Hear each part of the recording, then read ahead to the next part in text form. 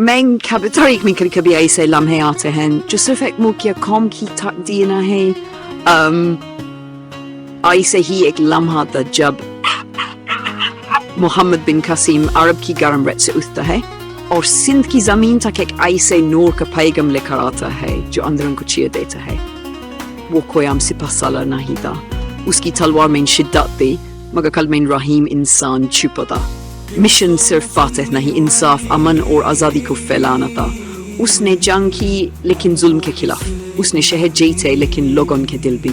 यही कहानी है उस नौजवान की जिसे तरीक ने बाबुल इस्लाम कहा लेकिन जिसे लोगों ने रहमत का पैगंबर समझा। आइए चलते हैं उन्हीं रेतुन, खिलेउन और जंगुन के दरमियान जहां मोहम्मद बिन कासिम ने न सिर्फ तलवार चले तारीख भी लिखी। सिगवन 95 8 का साल था। ताकत का नशा अरब के मकबूल शहर बसरा में छाया हुआ था जहां एक नौजवान सिपह सलारी के फन में महारत हासिल कर रहा था। सिर्फ 17 साल की उम्र में उसने न सिर्फ जंगों का असर समझा बल्कि अदल, निज़ाम और हुकूमत चलाने का हुनर भी सीखा। उस वक्त हिंद के समंदर में एक वाक़या ने अरब दुनिया को झंझोड़ा। सिंध के समुद्र में कुछ अरब तैर के जहाज़ों को लूट लिया गया और मुसलमान औरतें कैद कर ली गईं। बगदाद के खलीफा वलीद बिन अब्दुल मलिक ने गुस्से में हुक्म दिया इस तहीन का जवाब तलवार से दिया जाएगा। पहले 2 लश्कर नाकाम हुए। फिर अल-हज्जाज बिन यूसुफ ने मोहम्मद बिन कासिम को बुलाया। उसने कहा तुम्हें सिर्फ जीतना नहीं इंसाफ भी लाना है।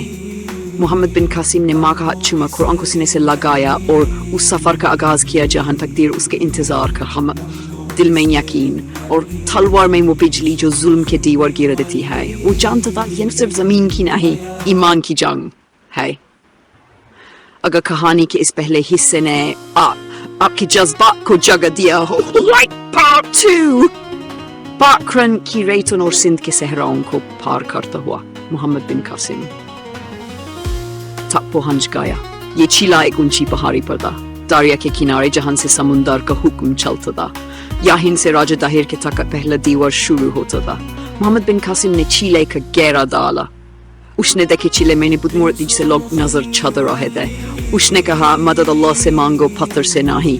मूर्त गिराई गई और उसी जगह से चीले का राज का दरवाजा खुला। लश्कर ने अंदर घुसकर देबल फतेह कर ली। इस जीत के बाद भी मोहम्मद बिन कासिम ने खून की नदियां नहीं बहाईं, बल्कि उसने हिंदू, जैन और बुद्ध सबको अमन दिया।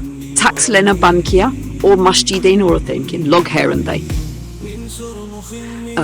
ये कौन सा फतेह है जो सिर्फ तलवार नहीं, पहली दफा उन्होंने एक के हाथ में इंसाफ देखा।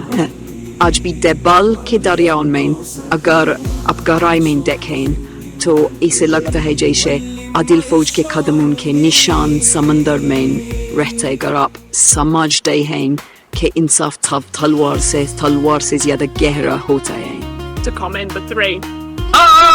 Part 3 रशदा सबसे बड़ी मुकाबले से उसका लश्कर तकरीबन 5000 सैनिकों का था, हाथियों और तेजतर गुरों से लहसो लश्कर। दरिया के करीब उसने अपनी फौज तैनात कर ली। उस वक्त सिंध के आसमान पर रहे एक दाहिर का तकब्बुर, दूसरा कासिम के यकीन। मोहम्मद बिन कासिम ने अपने सिपाहियों से कहा हम सिर्फ जंग नहीं कर रहे, हम तारीख लिखने जा रहे हैं। रात पर दुआएं होती रहीं, सुबह फिजा जंग शोर से गूंज उठी। कासिम ने एक और में दाहिर के हाथी को निशाना बनाया। हाथी गिरता है, लश्कर टूटता है। दाहिर के अपने आदमी भी पीठ दिखाने लगे। दाहिर अकेला रह जाता है और अपनी जिंदगी का आखिरी वक्त करता है। जंग खत्म होती है, कासिम जीत जाता है, मगर उसके चेहरे पर न फख्र है न गुरूर, सिर्फ खामोशी है, क्योंकि वो जानता है असली जीत दिलों को मत करने की होती है। अगर आप चाहते हैं कि ये कहानी और लोगों तक पहुंचे तो शेयर करना न भूलिए। सिंध का रंग बदल चुका था। ब्राह्मणाबाद, मुल्तान और सहवान, हर शहर में मोहम्मद बिन कासिम ने इंसाफ का कायम किया। मुसलमानों के लिए मस्जिद, हिंदुओं के लिए मंदिर और सबके लिए कानून। उसने किसी पर दीन तोड़ने की कोशिश नहीं की। टैक्स कम किया, गुलामी खत्म की और हर शहर में मेहनत किया। उसने कहा इस्लाम तलवार से नहीं सुलूक से फैलता है। लोग हैरान थे। जो सिपाही फतेह बनकर आया था वो अब उनका मुहाफिज बन गया। बचपन में सुना था कि फतेह लोगों को कैद करते हैं, لیکن یہاں فاتح نے لوگوں کو آزاد کر دیا. ملتان کے لوگ اسے امیر عادل کہتے تھے. برہمن اس کے دربار میں بیٹھتا تو کہتے یہ مسلمان کوئی اور ہی نسل کا ہے. اگر آپ چاہتے ہیں کہ ہم ایسی اور کہانیاں لائیں تو چینل کو سبسکرائب ضرور کریں. Part 5. Kite. خاموشی اور امانم. جب محمد بن قاسم سندھ کا نظام قائم کر رہا تھا اس وقت بغداد میں سیاست کی تلوار اس کے پیٹھ میں چلی. الحجاج وفات پا گیا اور نئے خلیفہ کے کانوں میں چگلی ڈال دی گئی کہ قاسم طاقتور ہوتا جا رہا ہے. حکم آیا اسے قید کرو. اسے سندھ سے واپس بلایا گیا. قید میں ڈالا گیا اور سپاہی جس نے لوگوں کو آزادی دی خود قید میں مر گیا. لیکن اس کا نام، اس کی سوچ اور اس کا نظام سندھ کی مٹی میں راگ کی طرح گل گیا.